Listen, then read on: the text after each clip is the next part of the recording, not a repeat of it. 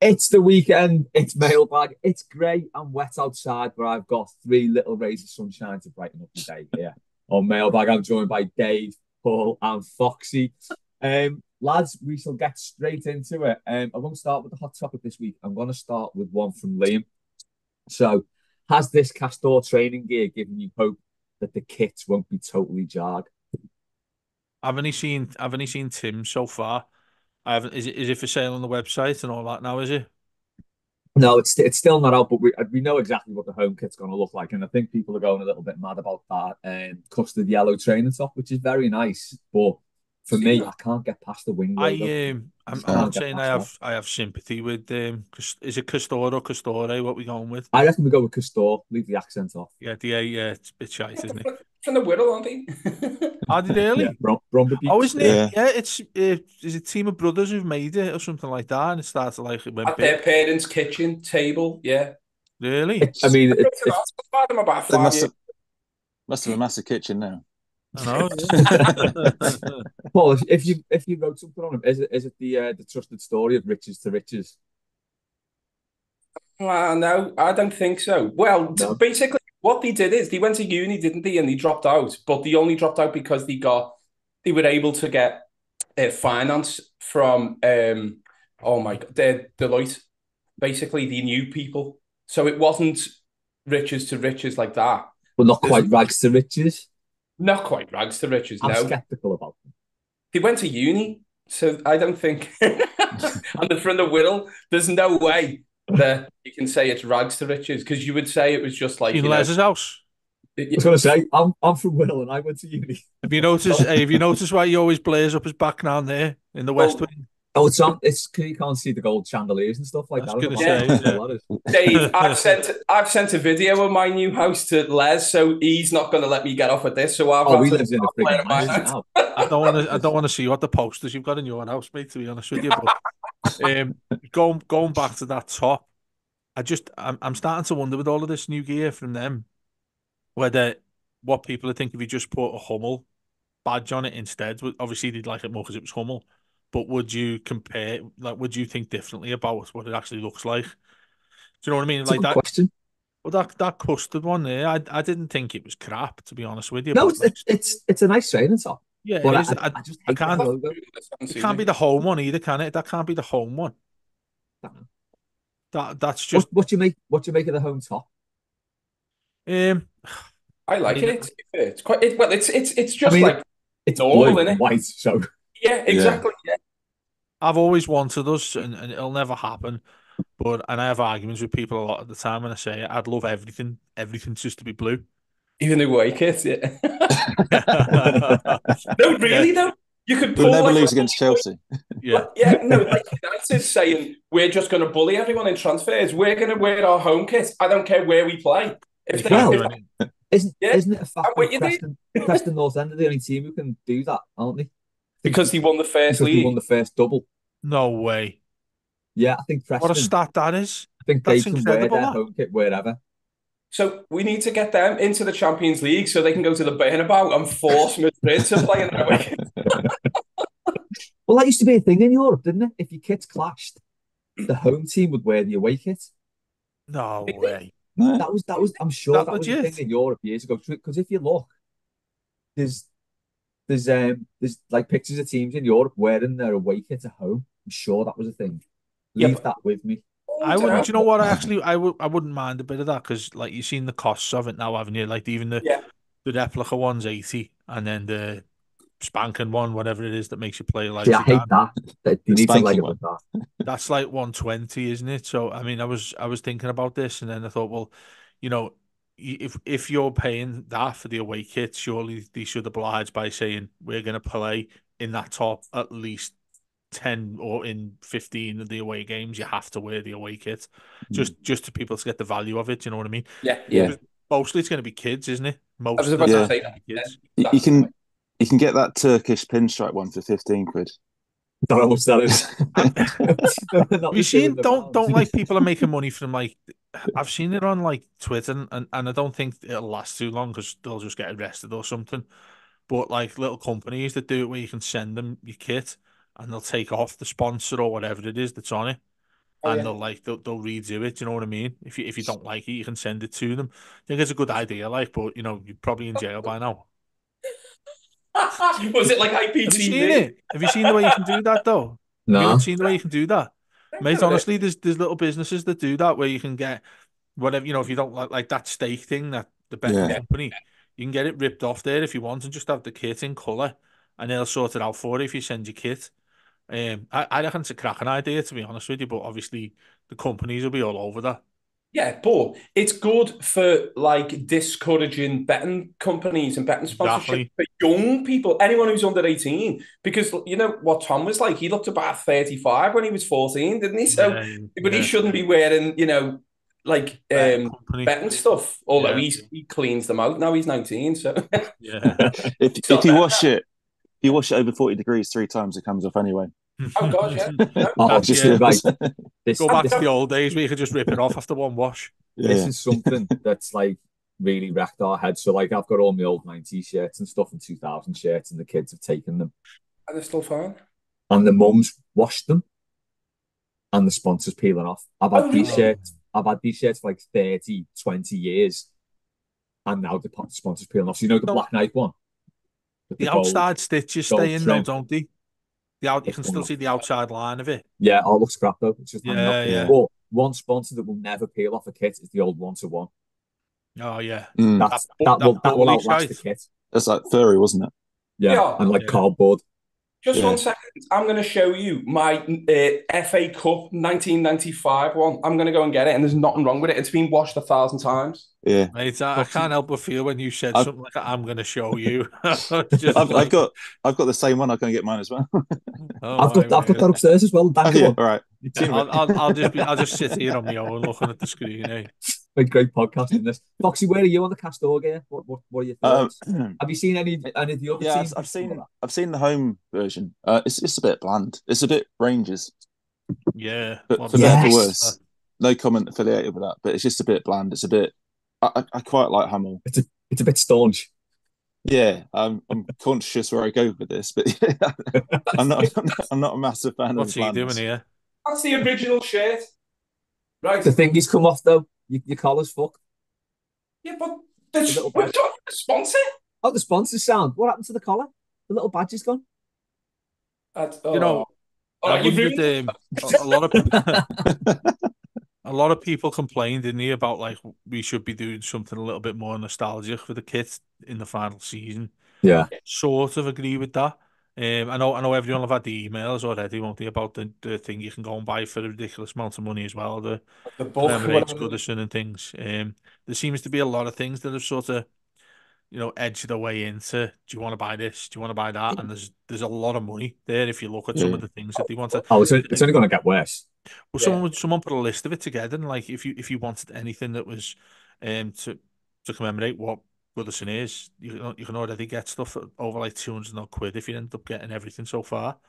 At different they're doing a couple of nights as well, aren't they? I've seen.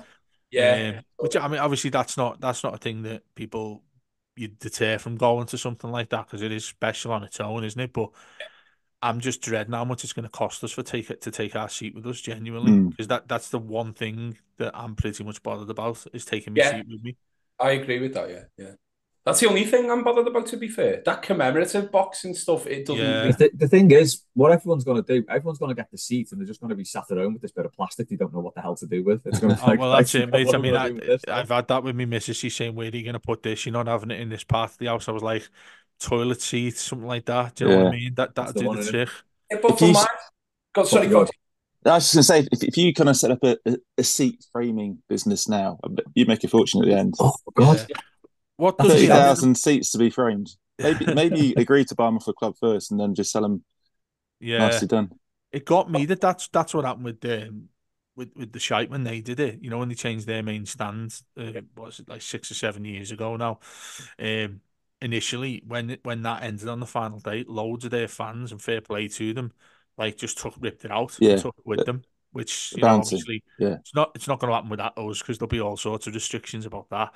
But they did that, and then if you look on the following day, I always remember the image on the Echo was like every other seat. They just piled it onto the pitch, and then put it up on the website and I think it was something silly like 150 quid if you wanted to buy your seat. And I was like, you know, there's no way Everton don't do that. Everton will sell you. I promise you, Everton will sell Yeah. you the seat, and that'll be really sad. That, do you know what I mean? Given the fact that how many of us have had like your season ticket for ages, and you've got to go and buy your Yeah. seat on top of Yeah. buying your new seat in the new stadium. Like I spoke to a few people, and they're like, I'm gonna try and take a screwdriver with me and stuff like that. I'm gonna try and just put it under my top or something like that. I was like, you think you're gonna look like that boiler that West Brom have got going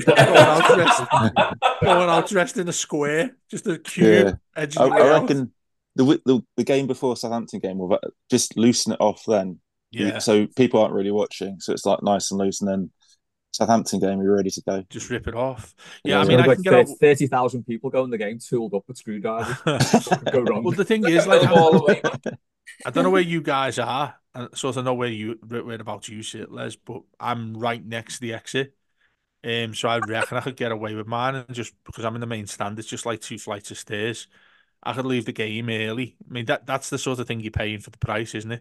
Leave the last game at Goodison early, just so you Well, can get your seat out. There's Dave, your now you've dilemma. broadcast it. You've broadcast what you're going to do. They're going to stop No, you doing it. It's all right. No one listens to this anyway, Paul. no, that's it. I was going to say, for mine to be authentic, I need the obstructive view in front of Take the pole with you. Take the Yeah. pillar. because the ground's going to You be know, not. just before that, with taking your seat. Obviously, mine's a wooden one, but the backing mine- is built in Oh, to yeah. the concrete. I mean, yeah. how'd you get around that? Can you just take the bottom and you can't take the back because the You back's have got to drill, the number Dave. on? The back's got the number on, Hammer though. The drill. seat hasn't. Do you know what I mean? Take a chisel, Or a saw. hammer. Yeah, or just saw But it I'm off. just thinking, oh no, mine doesn't. Does anybody's when it flips up, it says the number on the seat, on the back of the seat itself, you know, when you fold it up. Oh, no. And mine says No. knobhead when I fold it up. Fuck off. Yeah. Yeah. These are shite. But yeah, Right. he's a shite. Yeah, that's the one, yeah. Just to finish off on this question then, I agree we should have had something more commemorative as a kit, like the 125-year anniversary one. Should have been something like that. That the one Sandro wore famously. Yeah, that one. Something like that, something just a little, not too different, but a little bit different. And I think it's disappointing. And I do think they'll be totally jarred. And I don't like the 2-tier pricing. The little Dixie logo we had, that Yeah. 125 years you're talking about there, aren't you? Yeah, and yeah, just the whole thing. It was good, but Yeah. right, we'll move on to Tangled Up in Blues. Do you think fans of any club will ever stop being casually abusive on online phoning to players from their own club who they have decided they're not good enough? I doubt it very much. I don't know if has anything happened in the news or something that someone's been given stick. Sure, Not it'll where be this it'll question's be coming an from. England thing. It'll Yeah, definitely be an it'll England the thing. pundits going on about England, won't it? Yeah, exactly. Yeah. Ah, right, okay, yeah. All right, so I don't think that will ever stop because that's what fans do. They moan about players, but it's the old question, isn't it? Have you got a right to give players stick? Do you reckon? Of course you have. Of course you have. Yeah, Foxy, what do you reckon? How far do you go? Yeah. I like a good boo. But I think we're all kind of quite quick to judge players, aren't we? Like some of us may have written off Mikalenko, or McNeil or Beto, whatever, and that's just kind of based on the opinion you have when you see them at a game. So I think it's part of football, isn't it? Just have an opinion. Sometimes you're right, sometimes you're wrong, and it's kind of part of it. I think like the abuse thing. I'm not really a fan of abuse, but having your opinion and calling someone out is absolutely fine. Yeah, I think so long as it doesn't veer into personal abuse. If you just talk Yeah. about them, you think they're a bit shit as a footballer. I say everyone's entitled to that opinion. Yeah, I mean, I got for those who've listened or followed me on Twitter for some time, I ended up having a bit of a spat with Balassi because he put something about he was signing for another club or something like that. And I just replied to him sarcastically and said something like, "Oh, you've landed on your feet," or something like that, right? And the amount of abuse I got, which I was just sort of trying to be funny with him, not abusive or anything like that. And I got days of hell. And then he actually, fair play to him, messaged me. And like, because I'd initially messaged him and I thought there's no way he's going to reply. The time when people would leave the DMs on. And I messaged him and I said, mate, I hope you realise that was a joke. And like he didn't reply, and I thought, oh, please do it, because I'm just going to be through getting hell. And he put it on his Twitter. No, I understand what you mean, mate. It was just a joke. Yeah. And then luckily, obviously, all the gobshites wouldn't admit to saying sorry or anything like that. But most people were like, oh yeah, I sort of get what you mean, Dave. That's just a joke. Because even when you'd explain it on there and just say it's just a joke, I always end up putting like capital letters. It's just a joke, because people just go far. Going back to what you said there about player abuse. No, I don't think I've gone as far as like the one player that I've gone too far with was Stekelenburg. We were away. Matt Jones will tell you this story. We were away at Swansea and we got beat 1-0. I think Llorente scored a header for them. And I was on the front row, so, 5-10 yards away from him, right? And he didn't save it. And he should have saved it, like. And mate, I remember, like, I blacked out just shouting like all sorts of, like, not obviously, like, just you're fucking shite, don't ever play for us again, you horrible bastard, go and dye your hair, and all this sort of thing. and like, honestly, I just blacked out, like, screaming at him, because I was thinking, we've just done, like, 250-mile round trip here, and you've just been shite and cost the game for us. I think it was actually one of Tom Davis's debuts when he come on off the bench, and he was really good, really positive. I always remember Matt Jones saying to me, he's the only one who tries to attack and stuff like that. But yeah, I mean, you do hear it go too far. I think in regards to what we do, where it's sort of like, when we do post match, and things we said about various players who you think, yeah, he's not good enough for us. I think that's fair game, because we're football fans. Do you know what I mean? We should not be sitting at home going, oh, do you know what? That was unlucky. That he played really well, but it was just an unlucky day and all that. And that's not what you're in it for, really. Do you know what I mean? I think you can go over the top. I've gone over the top. I think everybody's gone over the top at times, saying somebody's shite.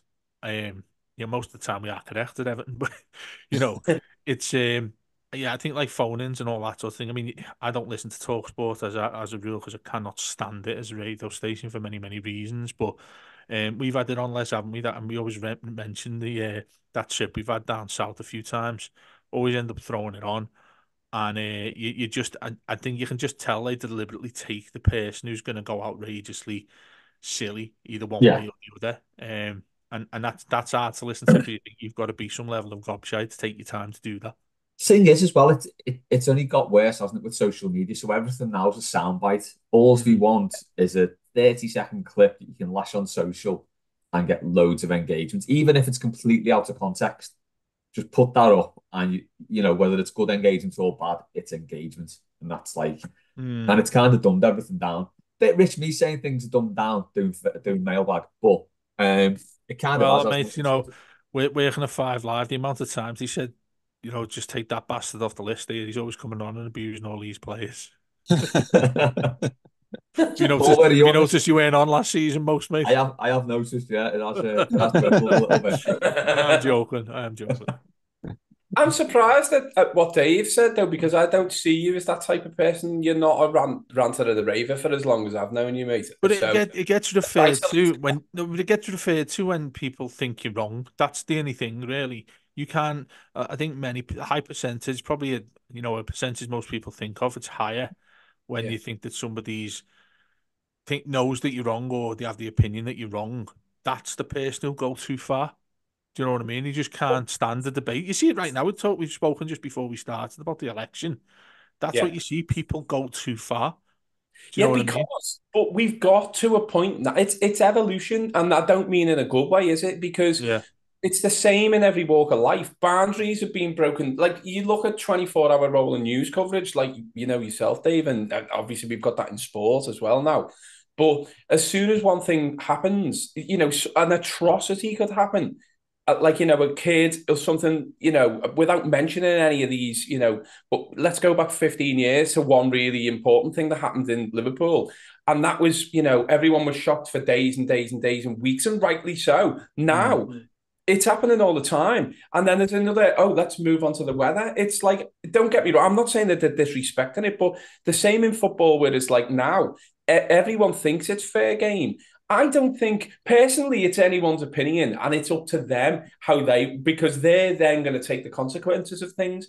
Going too far is things like going back to the 3 players, England players who missed the penalties against Italy in the Euros final. That's going too far. And yes, all right, there are rightly, abuse, hate, racism adverts, that are directed at fans. They're the people who aren't going to listen. And that's the thing. They're going to be like that all the time, which is why we see the rise of reform. Don't want to turn it political, but it is political. It is political because people don't have an opinion about a player on their ability now. If they play well, they'll go, yeah, they're our player. But if they don't like them and they're a player of colour, for example, they will absolutely take them to town. So it's not about opinions of players or ability anymore, is it? And a lot of this comes from the press as well. So you look at the way, I think it's been Raheem Sterling. Yes. Saka, wasn't it, a couple of weeks ago? It was basically, there was a lot of things with him. He was being flash. If he bought his mum a house, look how flash this lad is. Players will do that all the time by the family house and stuff like that because they're like rich young men. But when it's a Raheem Sterling, player of colour, high profile, suddenly it's a negative thing. And it all does come from the press down. And as you said, Paul, don't want to get too political with this, but for too many years, this country's opinion has been formed by what Rupert Murdoch wants it to be. Without sounding like tinfoil hat, but that's where we are. And you look at you say about TalkSport as well. Again, that was a Rupert Murdoch vehicle, wasn't it? I think that was one of his things, wasn't it? Yeah, there was also the guy who came from that paper that we won't mention in this city. He was part. I can't think who it was, but it was like he was very much in the That was Mackenzie, wasn't it? Oh, was it Mackenzie? Yeah. Oh, well, yeah. TalkSport was one of his things as well to start. And the thing as well, he's never, been a shrink and violet in the way of his opinions on things. So, that's what for me, I've always thought the TalkSport I'm going back to like 2004, 5 when it was Talk Radio. Well, I know there was Talk Radio when you had the James Whale show on. I used to work till 2 a.m. Like at a place. Well, it was the Criminal Records Bureau, which in town. And basically, my mate used to want to listen to James Whale, and I'm like, "Are you mental? You basically might as well come in wearing like I Love a Margaret Thatcher t-shirt or something." And then it evolves because at that point, then we're talking about 2006. We listened to Century when they had the Legends phone in, which was great. I used to, think that was great. Then it went to TalkSport, and it's just devil's advocate radio. All they've been trying to do for years is have. And it's got worse over the last couple of years, as you said, where they're just trying to generate money for calls. They're just trying to infuriate people now. And as Les said about getting sound bites, it's not even just that, because it's mostly, and again, I don't want to, it feels like it's like arrogance or I'm above it or whatever, or it's not about that, but they know who they're aiming at. They know their demographic is Sparks and plumbers and everyone who just listens to the radio and go, "Oh, I don't believe about." And I'm not saying they're all cockneys, by the way, but no, it's Dave from Essex, isn't it? You know what? I hate all these people coming over here, stealing our jobs, taking our benefits, all that. Yeah. I saw a really great meme again, not to be political, but what was it called? Schrodinger's immigrants. Basically, they're taking all our welfare, but also taking all our jobs. How is that? Fair play, like. Right, let's lighten the mood a bit. What's the question? Wasn't that lightened? So I don't like the Castor kit. Just to finish. Oh God! Oh yeah! Oh God! Actually, do you know what? Did he start giving him abuse? It's that one. Sorry. Do you know what's making it worse for me? Umbro are doing some incredible gear. There's some of the stuff that's coming out from Umbro, particularly the re-release of that diamond training top. That's a nice. Oh yeah. All I want is my old one back. I lost it years ago. Anyway, it's in the wash. That sounds like a half. Ben has asked, what do you think is on in the Everton changing room and who is playing it? Music or on the telly? Loads. Emmerdale. Mankini. Yeah. Music, I reckon. Who do you reckon's in charge of the music in the Everton changes? Pickford. Pickford, it's got to Just Pickford. Every answer is Pickford. And it's drill music, isn't it? Yeah. Get the rave on. I think it'd be Calvert-Lewin myself. I know a lot of people would easily say Tarkowski's the captain and all that, but Calvert-Lewin, I think he's probably been there the longest, apart from Pickford. Yeah. Would you say that's about right? It's been there longer than Pickford. Coleman. Seamus, yeah, but I don't think Seamus is asked about that. I reckon he just comes in, doesn't care what's on, or he'll just say turn that down because it's shite. I don't think he'll say put a bit of this on for me. But I think Calvert-Lewin sort of modern sort of guy, isn't he? You look at what he's like on social media and things like that. He's quite extravagant as well. I think he's the one who'd make all the tunes up. He'd come in and put his iPad on straight away. I reckon it's Sean. Go on. What do you reckon Calvert-Lewin have? See, I don't know. I can't pin down what sort of music he listens to. I can see him being a bit of a Bruno Mars fan. Yeah, it's a good shout. Yeah. Which I hate personally. Can you imagine? John Legend, instantly. John Legend and all that stuff. I reckon Sean Dyche is in charge of it, and he plays like a mixture of Blossom and Amnesia classics. He's at Glasgow now, isn't he? Probably. I think he has. He is there. We've got photos and that. And if Dan's listening, his toes will be curling like a packet of quavers with me saying Sean Dyche is in charge of the music in the changing rooms. But I think he could be. Any advance on that? Yeah, I can't see it being there. BCL for me. Although I reckon Onana's a good shout as well. I was going to say that was the first thing I was going to think, but he's only just came into the club. Yeah. And he's going to be leaving very soon as well. He's not really shrinking violet though, is he? No, he plays better music than he plays on the pitch. Hey. Oh, Dave, you just don't see what other people see. That's right, mate. You don't know what's going on behind four walls, do you, mate? I don't see what other people see either, to be honest. I was just going to say with Onana, maybe he's playing something from oh god, I forgot what the name is. Hey, yeah, Outcast, because obviously another Andre is in there. 3,000. Yeah. Actually, Onana might just sing. He's got a cracking voice, hasn't he? Yes, he absolutely has. Yeah, but he has got a cracking singing voice. Right. More importantly, yeah, have you heard him sing? Really? No. Yeah, there was an interview. I think just after he signed for us, there was this interview doing the rounds. And he's a singer as well. Yeah, that's right. Yeah, and he's got a great Cockney accent too, which was dead weird. He's bossing everything apart from footy. Have you seen, Dave, that he's made like the team of the year so far? Has he? I haven't watched. Yeah, they did like mate. Yeah, they had like a group stage team of the Euros. He was there.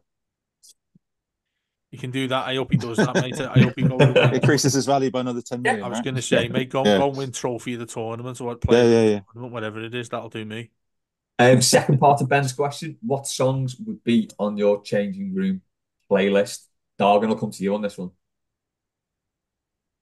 My opinion changes all the time with stuff. If you were in the same team as me, we'd have loads of French like electro or like loads of breakbot I'm just thinking you get to the changing rooms first here, right? You put your socks on, everyone walks in and come to daddy's just blaring out. And everyone just walks straight back out. Yeah. Wimbledon used to do that though, didn't they? They used to play like loads of like really like loud metal. Can you imagine Vinnie Jones swatting his head on the wall? Yeah, like what's his name? Gary Blackett out of Mike Bosses. Let's fucking kill him! I'm punching the wall on the door. That's basically what that is, isn't it? Setting fire to other people's kits as they're putting them on. We set fire to the coaches instead. Yeah, that's quite true. Yeah. It's got to be some from Daitan's Flash, hasn't it? Parisian Nights has got to be on. No, because that would just put everyone off, wouldn't it? Boycott the. In fact, think about this. I reckon in a parallel universe, I don't know if anyone's been watching Dark Matter on Apple. It's Boss, by the way. It's I forgot his name, Edgerton. Anyway, he can go into, he designs this box and he can go to different parts of, or different, like, depending on the state of mind, when he opens a door, it's a different part or a different type of world or anything, but he's still him. So I was thinking that going back to that opening game of 91-92 when Southall done the protest against on Leeds, the post. That was because my music was being played. I would have gone back in time, 25 years, to do that. Yeah, that's probably why. Yeah, so no, it wouldn't be my music. I've got. What's the question again? And then with the roundabout way. What songs would be on your changing room playlist? I think my music, because it's just bland and boring, like my taste in football kits. They wouldn't like anything that I like. It'd just be too dull. I think you want something that's relatively lively. They often come out and they're pretty flat. I have a question generally, like what does Sean Dyche do? Not full stop. But you know when they come out for training, I don't know if you ever there early enough to see him kind of warm up. I kind of think as a manager, like you haven't got many jobs to do on a Saturday, but one of them is to like get involved in the trip. But he's not there. What's he doing that 45-minute period? Is he getting the music sorted? He doesn't go out, does he? He doesn't. He's got some really bad visions of this, you know. Yeah, but has anyone seen Dave, that? you keep your mouth shut. You know, I'm just thinking like. Said no. He's got one of those Reds rooms, you know, that they have on the 50 Shades of Grey. Right, that's it. And like they've got Steve Stone and Ian Woan just whipping him. Is this your Michelle videos again? And he's just saying, "Do it again, do it again." You know, she gets really angry and like built up for the game. This is like that's what I hope. Jesus Christ! No, I did have. Sorry, go on. No, go on. I was just going to say I had built a playlist for every single match. So yeah, I was going to say. Well, my mate sent me one yesterday, and I completely forgot about this tune. I think it's early 90s. Remember Guru Josh? Yes. Oh God, yeah. I've got it here to play on. That one. Can't hear it. I know what one you mean. No, that's not coming through. So you in a parallel university? Yeah, no. No, I know the one though. Do you want to sing it? Is it called Infinity? Infinity, yeah. That'll pick three for this. Well, won't it? Yeah. I can't believe you can't hear that. I've just put it on full. Three slightly up-tempo bangers. So Gold Dust, DJ Fresh. Yeah. Heavyweight champion of the world, Reverend and the Makers. Yeah. The best one, Love Machine, Girls Aloud. Oh, he's only saying this for one reason, and I'm not going to... I don't know if anyone else knows, so I'm not saying it. Girls Aloud are incredible, mate. Yeah, but what about Love Machine by the Arctic Monkeys in the Live Lounge? That is very good. It's a class cover, that, isn't it? It is. And you'd like jet skis on the moat, wouldn't you? Jet skis on the moat. Personal joke between me and Les. Mate, use a different level on music, you know, honestly. That was the moment when Arctic Monkeys, I was just like, I really don't get this now. Do you know what? A lot of people love them. I just don't get what they're about. I'm quite indifferent. Few from last week. Stephen, with it being election season, what is the biggest lie you've ever told anyone? Oh, I've got one question. Go ahead, Foxy. One of the few. It's actually from last night, but it's not the biggest lie. It's the most recent lie, so it's easy to remember. I was out having a few beers last night, and in the pub with some mates, and I started talking to this random person who's quite boring. And I was trying to find a way out of the conversation. So when I was at uni in Bristol, I used to be quite good mates with the guy that owned a pub called the Feast and Firkin, which is quite a well-known venue for local bands to come through in Bristol.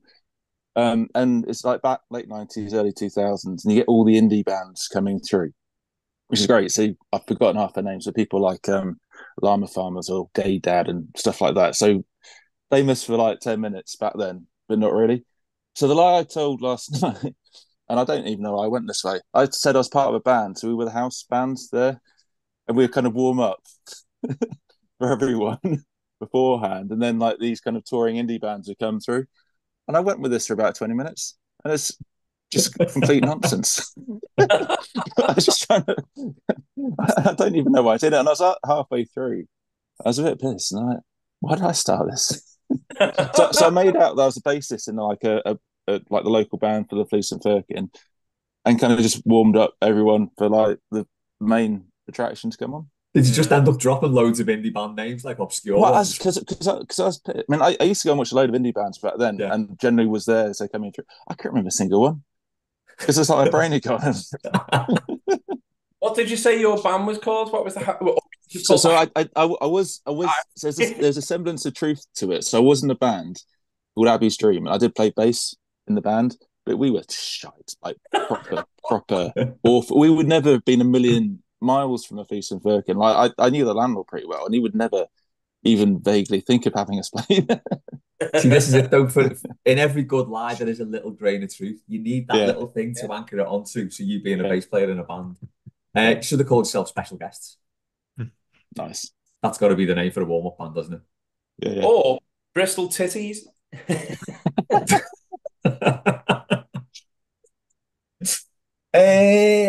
Another one from last week. Mike asked, who else? I think this is on the back of Jack Harrison coming back in, Dave. Made up about that? Don't know. Is it? We won't, I'm sure won't draw it on that. Sure. So Mike said, who else have we loaned twice? Fernandez and Pinar. Anymore. He said, I bet no other team has done 3. The Toffees, mate. Joe. We loaned Joe twice, and that was back to back. Yeah. But it was only half season. He's Jack Harrison. I think Gavin Buckland will correct me on this, but is the first player loaned back to back. Yeah. But because obviously we got Sam picked out Landon Donovan as well. Yeah, I thought it was Donovan. So is that another first for Everton? First back-to-back loan? Yeah, well, as far as I know it is, yeah. But Joe did do back-to-back loans in 08, 9 and 9, 10 because I was at the club at that point. But he only done half seasons. He didn't do full seasons. And was shite. Yeah. Like the half season tickets. Yeah. And people were only getting the half season ticket for when Joe wasn't there. Yeah. And the best comment that my mate always brings up, like that we seen on like the very, very early days of Twitter, a Man City said, Joe is the worst piece of flotsam I have ever seen on a football. Flotsam. His debut was fantastic, wasn't it, against Bolton? Yeah, and after that was it. It was like Lassina Traore as well. As he played one game, scored the back heel, and that was it. Yeah. That was an FA Cup game as well, wasn't it? Yeah, Swansea. Yeah. Sticking with transfers and stuff, Sean asked, who's been our best ever Bossman deal? I assume that's Bosman. Bosman, you mean? Oh, I was going to say, yeah. When you put Bossman. Big Bossman. Les, you must love this, mate. What? This is before the Bosman rule. Yeah. Mate, that's before me. I think that was that mid-90s when it went out? I think it was, yeah. Let's have a look. I'll just explain to our younger listeners what it is. Oh, so basically it was up until that point, up until this ruling came in, there was a player called, was his name actually Johnny Bosman? John Mark Bosman, yeah. It was Dutch, yeah. So he ended the contract at some Belgian club or something. Wanted to leave, but the club still had the right to get a transfer fee for you, even if you were out of contract. So he was like, well, I'm out of contract, I should be able to go anywhere, which was entirely right. And basically took it to the European court and won. So he could just leave once his contract ended. And that became known as the Bosman rule. And that was why players run down the contract now and can just leave at the end of it. It seems a joke. What's the key rule? There's a key rule, a part of it that you're missing. What about the EU? No, you could only get players on a free. You didn't have to give them money if they were 24 or over. Right. I think if you're 24 and younger, you had to give a compensation fee. Yeah. It used to be a joke in our school, I think. Do you know what I mean? Everton have got no money, so they're going to go and get someone on a Bosman. Yeah, that's what it was. That's what it's called. That's what David hasn't changed. That's where we are now. 1995. That was that Bill Kenwright meme on a loan, like on a Bosman, like. Who's been our best Bosman then? Barry. It's Gareth Barry. Yes.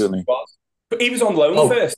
Well, yeah, he was he loaned first? He had the double header of being a great loan signing and then a great free signing. Yeah, another first, maybe. Yeah. Or not.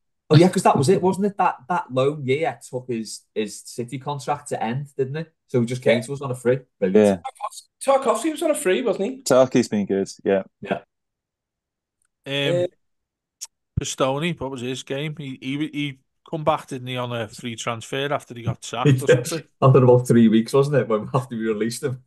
Got home sick. Moyes is standing there thinking, shit, we need another one. Get back. There you go. We've got some here. Oh no, there. He was so bad, Pistone, wasn't he? Especially, yeah. First. Oh my God. Looked like Jack Sparrow. FC sexy. Just Google it, mate. He looks like Jack Sparrow. Yeah, he definitely went that way. Did he even play once you signed him back? Yeah, I think there was one game. I think it was against Bolton at home. You'll have to look this up to correct me or saying that I'm wrong here. But yeah, I think actually at the time I was with the seat. I didn't have my season ticket then, but I was in a similar seat in the main stand, and it was against Bolton. I think we like 1-0 down or something like that, or 2-1 down. Not long left, and like he got the ball about, I don't know, just outside the D, and everyone's devastated that you could see him lining up to rip one, and he was left-footed, I think. Yeah. People like, please don't hit it, please don't hit it, and he hit it. It come back to him on his right foot. He pinged it and it went in, and people are looking at each other like, "Hang on, how the fucking hell is this just going to happen?" The Alessandro Pistone scoring a whopper with his right foot. See if it's there. If you've got a minute there, Paul. Yeah. Just looking at the frees as well. Richard Goff was on a free. Yeah, what a player he was, mate. Michael Madar, Alex Cleland. Alex Cleland. Oh, Alec Cleland. Yeah. Everyone Alec with the C at the end. Yeah. Joe Max Moore, Mark Hughes. Hughes, Jesus. Mate, Alec Cleland looked like he'd just come out of the womb. Do you not think he looked like his face like a baby? I think it's just like wet. Mate, I remember when What'd you say, Foxy? I thought you just meant it was wet, just covered in fluid and stuff. No. Yeah. When we signed him, my mate kept showing me this video of Del Piero. Absolute, like he was by the corner flag. He beat Rangers 4-0 in the Champions League. He's by the corner flag, like with his back to Cleland, and he just goes with one movement around him and takes the ball and just fucks off. And he's like, "That's your right back for the season. Are you happy with that?" I said, "Yeah, but that's Del Piero." Yeah, we're not going to play anyone like that. Did he even get a game though? Cleland. He played enough. Yeah, like quite a bit, yeah. Did he? Yeah. Like Mark Hottaker, he didn't play as much as him, did he? God, Mark Hottaker. There's another one. What's the question, by the way? We're just talking to your players. Free transfers. Oh, free transfers. Alan Stubbs was on a free. Ginola was on a free. Jesper Blomqvist. Gaza as well. Yeah, I was dead excited when we signed Jesper Blomqvist. I thought he was going to be great. Yeah, me too. Espen Bards. Best debut ever. Westerveld. Oh yeah. We've got a list of keepers, haven't we? Yeah. We're going full circle here, aren't you, with Westerveld, Dave? I know, yeah. Right, move on to one from Foxy. Do you want to ask me? Oh yeah. No, you go for it. I forgot what it is. You were drunk last night, weren't you? What gadgets, device, or anything really have you recently bought that you wish you'd bought years ago? What's the story with this one, mate? So it's not the ice tray, just for confirmation. Okay. It's not the ice tray. There's another gadget. So as a gentleman of a certain age, the one thing I bought recently that is transformational to everyday life, and something I've struggled with for a long time and never really found a way to kind of do this properly, is a nasal trimmer. Okay. Yeah, so I've only purchased one about the last 3 weeks. It's amazing. Just that irritation you get from overly long nasal hairs. There's no other really. Well, that's definitely not anything to do with a nasal trimmer, that, mate. That's some other device, that. Yeah, but it's if you haven't got one, it's transformational to your everyday or every week routine. Well, I'm glad you said this, mate, because I get clippers, like, because obviously I'm going bald now. I'm going to actually do it myself. I started going down to Paul's level. I'm I'm starting. Paul's level of bald. Yeah, I'm starting to go down to that. But anytime you buy your own clippers, it comes with that attachment. And Yeah, you do, don't you? I've never used it before, but I get the impression that I need to go and get a specific one from what you just said there, Foxy. So I've got like something that is dedicated to doing that rather than something just attached to something that you've bought. I've got a beard trimmer for obvious facial hair, and the one that came with that was shite, didn't work. But if you get a proper one, they're only like 15 quid from like a Philips. Brilliant. Yeah. Absolute game changer. Game changer. He is. Mine was a new. He is too. Yeah, I'm not suffering with excessive nose or ear hair yet, but as soon as I do. Have you not? I've had it for like 15 years. It's just been a. It's got pure pain. It grows like your fingernails as well. It's so quick. Yeah. Constantly, like even when I'm working, I'm like thinking. I love the way, Paul, you've got your nose hair trimmer to hand. It's just like you got it in a holster. It's not one of them. It's not one of them. But you know, is you know this? I don't know. People might find this like horrible, but I don't think it is, because that's the exact reason why Foxy's saying he's got one. If you've like pulled a hair out, it is agony. It is pure agony. Have you not seen the Turkish barbers? The videos of the Turkish barbers when they do it? Oh my! I what I do miss about going to Turkish barbers is the little flame thing they do in your ears. Love that. Yeah. Oh, good. Well, I don't even know what you're on about here. You know, when you're with the Turkish lads, right, and he's done your hair, they'll like light a little sort of wick and then just flash it at your ears like that. Whip it on your ears just to singe any ear. That's what happens with Dice. That happens with Dice before he comes out. It's like the Patterson, I think. That's where he's going before the match, Dave, because he's all his other hair. You know, like the total lies that people say. Oh, people who are not blessed with sight, all their senses are heightened. Yeah. Bullshit, by the way. Oh, do you know what? It's funny you say this, you know, about Turkish barbers and stuff, because the other night, like, I was feeling shy to put it on the telly, Airplane. And do you know when you've got the pilot and that little kid says, "Can I come and sit with you while you're flying the plane?" Yeah. And every so often you've got the fella who's flying the plane. He just goes, "Joey, have you ever been to a Turkish bath?" Yeah. And he just starts coming out. Turkish prison, and he also, have you ever seen a grown man naked? It was, what a film that is, mate. If you ever need cheering up, what a film that is. Yeah, it's a belter. Just a class film. Don't Call Me Shirley. That's just like, that'll always stick with me. And pick the wrong week to stop taking glue. Yeah. Stop sniffing glue.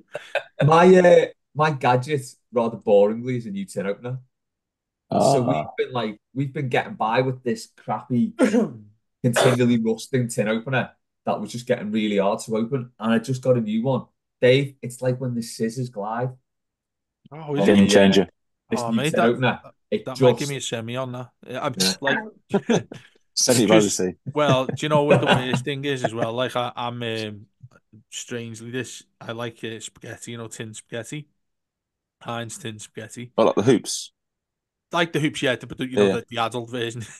But you know when you pull the ones. Do you know when you've got the thing like it's on a can, you pull it up. Yeah, adult version of spaghetti. You pull it. I can't be asked going to get one, but anyway, you pull it back, and you can't, like, it's dangerous. Do you know what I mean? Because it's really sharp, and I'd rather have a tin opener to do it because it'd be a lot more safe. But you just lift the clip up and pull it off. Yeah, sounds a bit mad, but you know, if you pull it off all the way, it's out and dangerous. Do you know what I mean? But if you leave it where it is, that's mad. It's equally the same. Me telling you pull it out with a plug and all this sort of thing, but it is dangerous. So yeah, you're right about the tin opener. But my want to be the pizza thing roller. What's the name? Cutter. The what? I know what you mean. The rolling cutter thing. Yeah, the pizza cutter. Yeah, that's what he said. Oh, did you? Sorry, mate. I don't know what I didn't hear. But, we've got one, right, and we brought like a really cheap ass one. Is it an adult one you've got now? No, it's for those McCoy's mini pizzas that you get out of. No, so you know when you get like a pizza, like I don't know, we had the pizza the other night, and come from the chippy, and like the lazy bastards haven't done it. They just give you the full pizza and haven't cut it up. So I got this one out, and it's obviously the plastic hand of it, but I was gonna say it isn't a professional. I don't know if you can get like a professional. I don't know what's like even called a professional pizza cutter, but this one. I started like I put my hands like firmly into it, and I'm like giving it like that, and it wouldn't cut. Like it was like the base of the pizza obviously was quite firm. I hope you realise that I'm not like I can actually cut a pizza. I don't even know what I'm saying, but anyway, was it a left-handed or the right-handed pizza cutter though? Maybe you were using it wrong. The scissors as well, but yeah, and like I resorted in the end to just ripping it in half with my hands. So like half of the base had come off, and it was just a disaster. So all about the base. Well, Haley said to me, she went, "Go in that drawer. I'm sure we got another one." And it was this was hardcore one. It was like a proper metal one. And I went like that, mate. And you know, you were talking about the glide paper. Oh, mate, I want to cut pizzas all day. I was just like, right through the middle. You know what I mean? You could if you judged like the size of the piece you want to give away, it'd just be nailed on to the millimeter, right through the middle. He came back as like bite-sized chunks for Haley. Yeah, she just got to the tiniest bit, mate, and I'm like, oh, it doesn't work on the rest of it. I'll just have to have that. Right, couple more. Your last one. I thought yours was nose hair as well. No, I was going to say dead quick. I haven't got it yet, but I'm going to get it. Me mate I'm going to send you the video of it. Me mate's got one of the best wine bottle openers I've ever seen. It's absolutely ridiculous. Is it like the two hands and the plungy thing? Yes. Oh my God. Awesome. Yeah, it's only about like I think it's about 30 quid or something. I know that's but yeah, I'll send you the video of him doing it. It's incredibly Tory, but it's awesome. Yeah, it is. But is this not the same as the thing with the screws that you put in the top of the cork and then? No, this is mate. This is like. I'll send you the video. I drink a fair bit of wine and I've not seen this, so I will send you the reason. But the only reason it made me think about it because Dave said about Semillon. So you love a good Semillon. Yeah. Well, is it the plunge motion you're thinking of? Yeah, maybe that's what it is. Do you know what? I'm gonna leave that wine to breathe a bit. I've got something to look at in the bathroom. It's got all carry on up the mailbag. Michael has asked, would you prefer to see games played on pitches that are not perfectly manicured? Yes. Yeah, absolutely. Yeah. Premier League football on Sunday League pitches would be outstanding. Yeah. It would suit Dyche as well, frankly. Oh, yeah, what?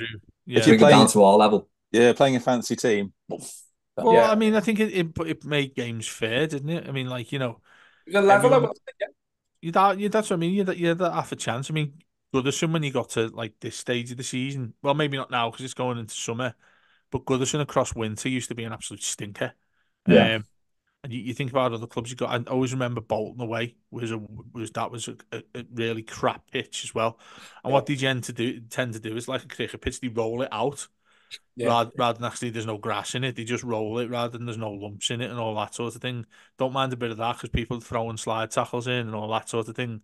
It's for the it gives every team a chance, I suppose, doesn't it?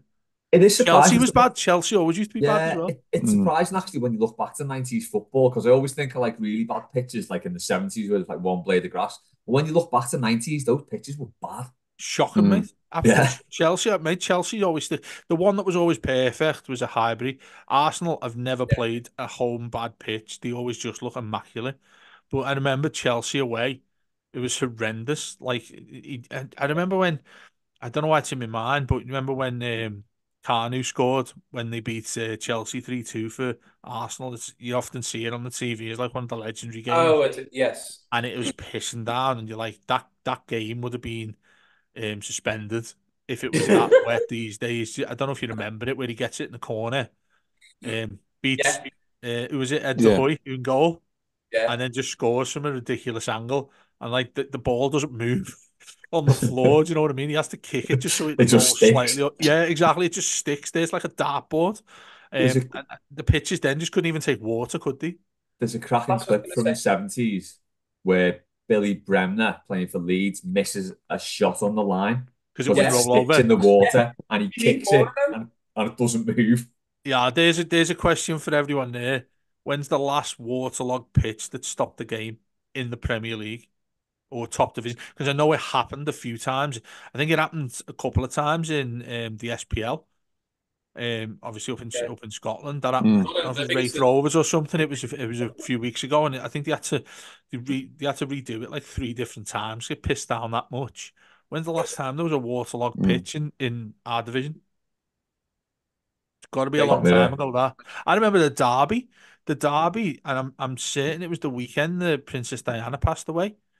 We were meant to be playing the Derby at Anfield, and I'm almost certain that it was called off due to the rain. That rings a bell actually. Yeah, I'm not sure if it was that it was 97 or 98. I think I'm not sure that there was definitely one around then called off, wasn't there? And I remember being definitely devastated. 97 because the Sunday morning after that, I played for my pub team. The very next day after, and we drew 4-4. Yeah, I'll never forget that because it was the best game I've ever played in my life. But yeah, so I can't. I think the Derby was. Yeah, I think it was that weekend. You know, Dave. Yeah, and you know, you think back to that now, and that's obviously what I mean now, 26 years ago, nearly 30 like years, that. And it's scary to think about that, isn't it? But I remember we had our caravan and we were driving home, and it was lashing down.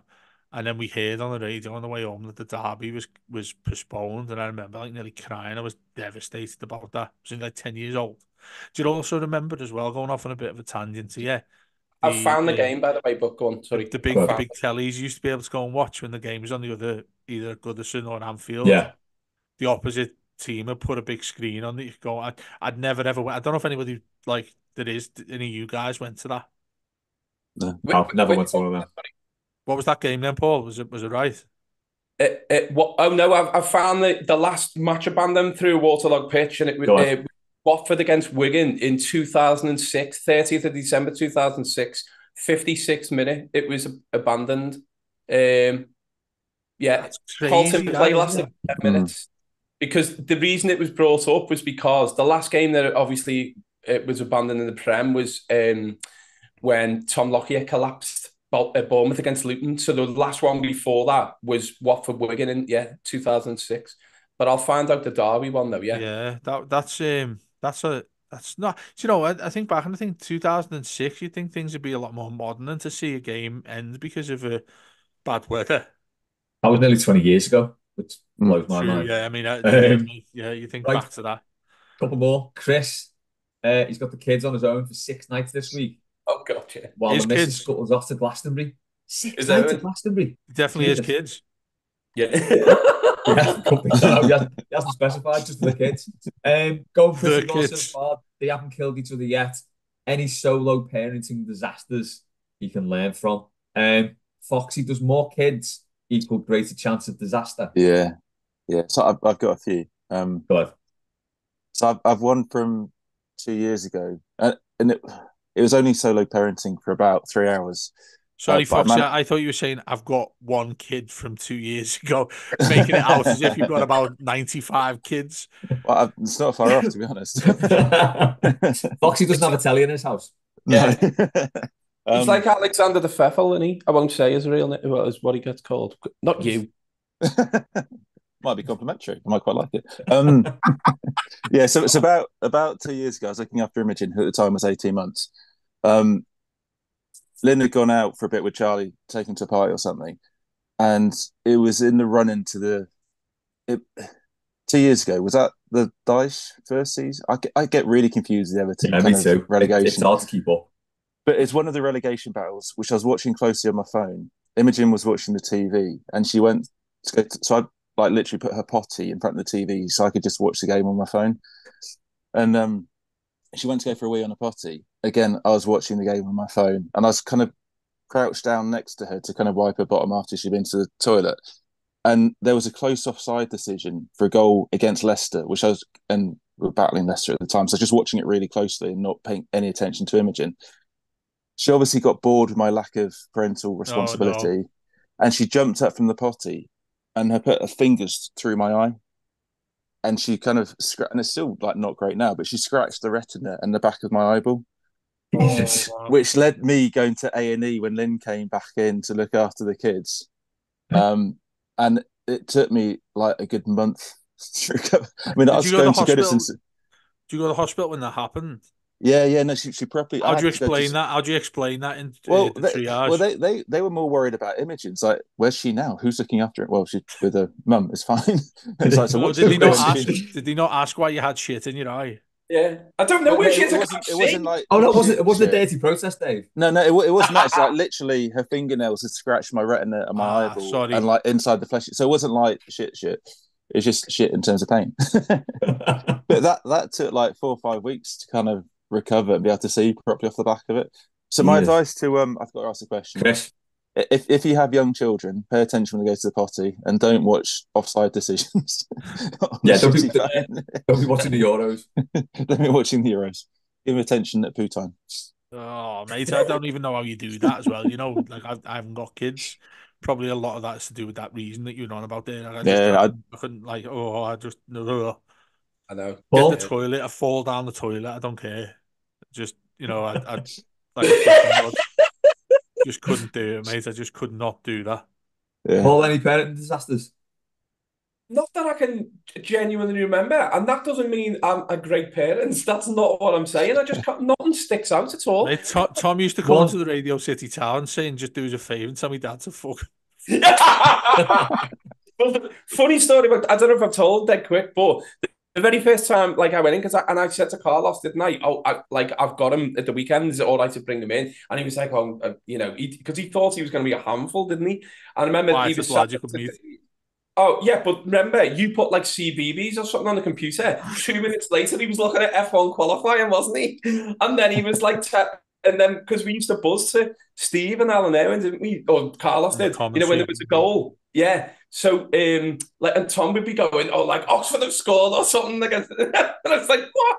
And he's mate. Yeah, you don't need CB, but like, that's where he got. People think, so the way he's like with football and stuff and like his knowledge and that, everyone thinks, well, I don't know why, because clearly, you know, people know this, it can't be from me.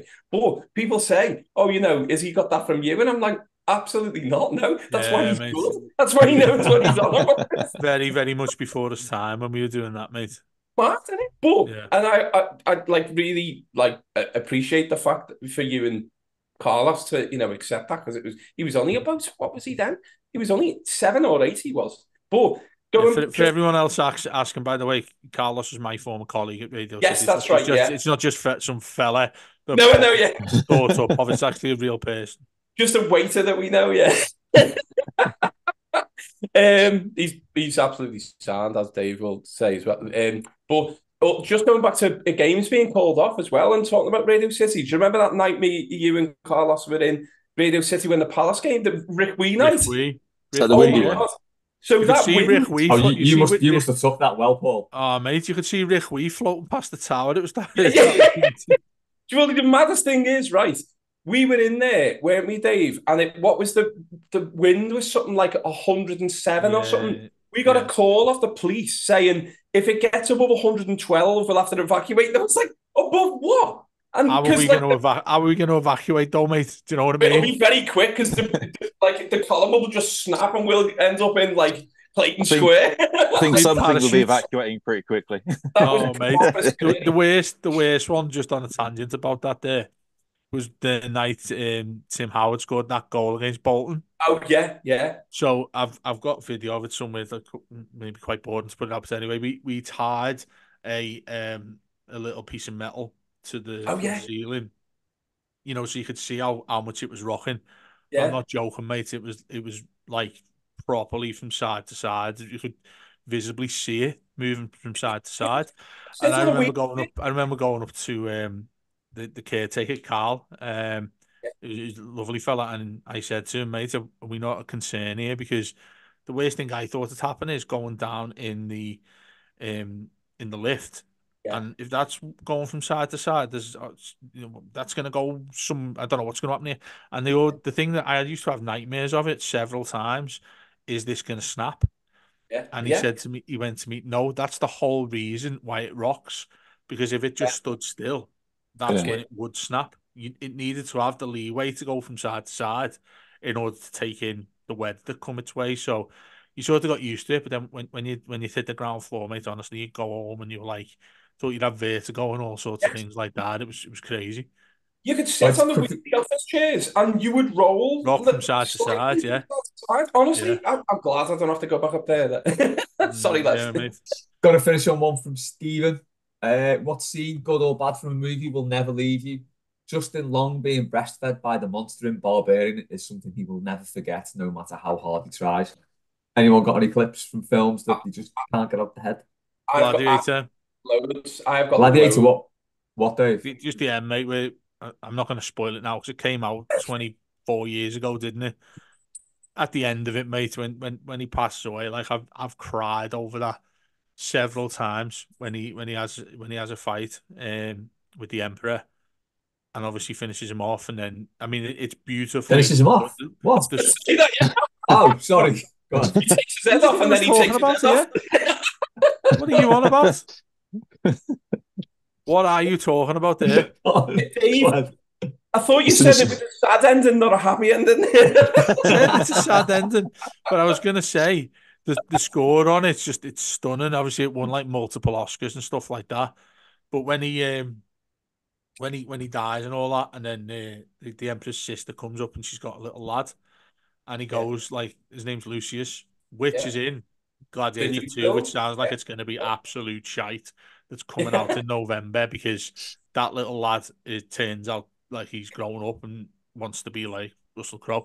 But yeah, when he hits the deck and he just falls on his back and she comes over and he says Lucius is safe, and then like she's been with him as well in years gone by, and you can just see him like obviously as he's passing away, his eyes, and you see him walking through. Look, loads of people have seen it anyway, what I'm on about, but the music on that at the end is just, I'll never forget that music. It's in, you use it all into your music. It's all been on like dance tracks and all that. I think it's called We Are Free, the music that's on the end of it. You'll hear it on a load of like dance songs. And you know, it has his mate who comes back into the Colosseum and he goes, I will see you again, my friend, but not yet, because he finally found his wife and his kid. And yeah, that'll always stick by me. It's called Now We Are Free. That's right. That's it. Yeah. That's been put into a load of tunes. That Foxy. So I'm quite sensitive, and I have an image of Cruella de Vil from 101 Dalmatians imprinted on my mind, and I find people who look like that quite scary. That's all. Fair enough. We'll finish on pause, but mine is the fire extinguisher in Irreversible. Yeah. French film. It's at the end. I mean, there's a few things in that are like stick in your head. That fire extinguisher, Jesus. Anyone who hasn't seen it, watch the film because it's amazing. Can I just throw in Titanic as well? Not with Jack and Rose, but the actual Pearl thing. Fred and Rose. Mate, we nearly went the entire show without anything that perhaps needs taken out, or perhaps it doesn't. No, the old woman. Everyone uses the. It's been 84 years. Yeah. Oh yeah.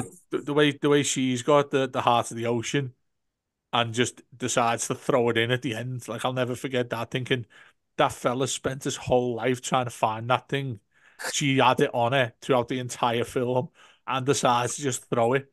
But if nobody said it at the beginning, it would have ruined it, though, wouldn't it? But the thing was, right, yeah, and the photo and all that. But the thing was, if you go on YouTube, they obviously do an alternative ending. This is perfectly legitimate that they did, where she's on the obviously end of the boat, and she takes a step onto the end of it to throw the heart of the ocean in, but she's standing there. And the fella who's searching for it and her daughter see her and go sprinting over to her, like because they're thinking she's gonna throw herself in, but she's got it in her hand and shows him, and he goes, oh, like he's obviously like, please give me it. I've had it for my whole life. I've been searching for this, and she like puts it over there, and she goes, I'm gonna drop it, and then in the end, like she does drop it. He starts laughing his head off and has a dance with her. Mate, I tell you, go and Google it. It's the worst thing you'll ever see. And I can't believe that it was considered as a fellow ending of what the actual ending was. It's unbelievable. She drops it, he drops it. That's what it should have been. He goes and has a dance though. He has a dance for that at the end. It doesn't even make sense.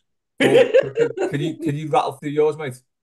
Oh my God. Right. Mine are mostly all like sort of scary stuff because I love horror films and stuff, and the lad who did. So the scene in Prometheus where Rafe Spall's character, where the snake, have you seen that? Where he's biologist and then it snaps his arm and then goes into his horrendous. Dylan Moran being eaten alive in Shaun of the Dead. And they start with his stomach where he gets horrible for a comedy film. That's horrendous. Yeah. The hospital from hell scene in Jacob's Ladder with I haven't seen that. Oh, what a film! And basically, that scene is based. Anyone who uses stuff like that now, where he has callbacks and a flashback, and it's like a dream sequence, was taken from. It's a late '80s one, isn't it? Yeah, it's basically Tim Robbins has been in Vietnam and he has PTSD, but they were also giving them obviously they were giving them LSD and stuff. That's unbelievable. The clown doll in Poltergeist, which is absolutely ridiculous. The bag scene in Audition, which you must have seen that as well if you've seen it a bit. Oh, it's unbelievable. It's 2000 Japanese like Tartan Extreme, unbelievable film. The Heather Locklear is it being dragged across the ceiling in A Nightmare on Elm Street, and that's 1984. The Hide and Clap in The Conjuring, which was Boss, where the mum's sitting at the stairs. I cannot stand them. Oh, really? It's honestly the only one I watched was It, and mate, it put the absolute shits up me. That clown. Not the original one, the latest one. Yeah, I interviewed what's his name the other day.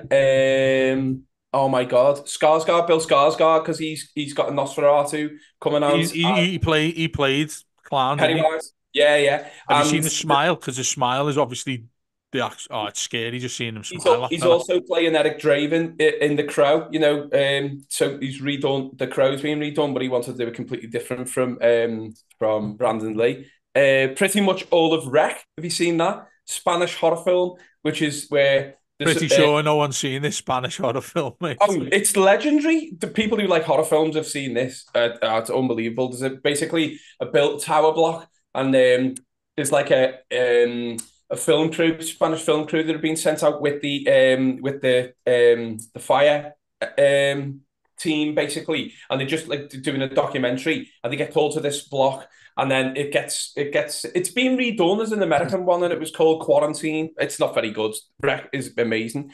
Leatherface when he opens the door for the first time in Texas Chainsaw Massacre, absolutely ridiculous. What in Texas Chainsaw Massacre? When Leatherface opens the door for the first time, you know, when the girl gets in, and then you just hear, and you go, the door. I was going to say that whole scene for me where they first start getting killed. So where the lad gets hit with the hammer, then when she pops up out the fridge. Oh no, he pops up out the freezer, doesn't he? Yeah. And she gets hung on the hook. The whole section of the film's incredible. Have you seen It Follows as well? It was decent. It was about 2000. I don't know. It's not that long ago, 2016 or something. But the tall man appears behind her, and then the devil face in Exorcist. No, Insidious, is it? Yeah. You see that picture a lot. I saw that yesterday. That's proper freaky. And also, the best one of all is the guy who falls in the acid thing in RoboCop. Yes. I will never. That's horrible.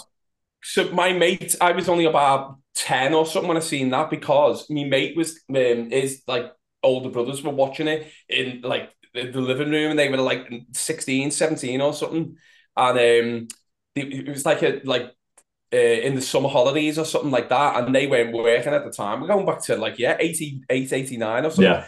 Whatever it was, 90 it'll have been. And they used to like rent the videos from the video shop around the corner from my mum and dad's. And I went in, and they were going, come and have a look at this. We were just getting like a glass of water or something from their kitchen, came back in. This is dead funny, this. And I was like, oh my God. It's horrible. Did you only watch that because the dodgy ones were out of stock? yeah, exactly, yeah. Right, now what? No, that's it. That's it. Oh, I've finished. Okay. Well, now we've suitably freaked and grossed everyone out with that. Mate, you need to do the exit from Crime Watch where he used to say sleep tight. Well, yeah. Don't have nightmares. That's it. Yeah, sleep well. tight. Yeah. Right. Thanks to Dave. Thanks to Paul. Thanks to Foxy. Thanks to everyone who sent questions in. We'll catch you next time on Mailbag.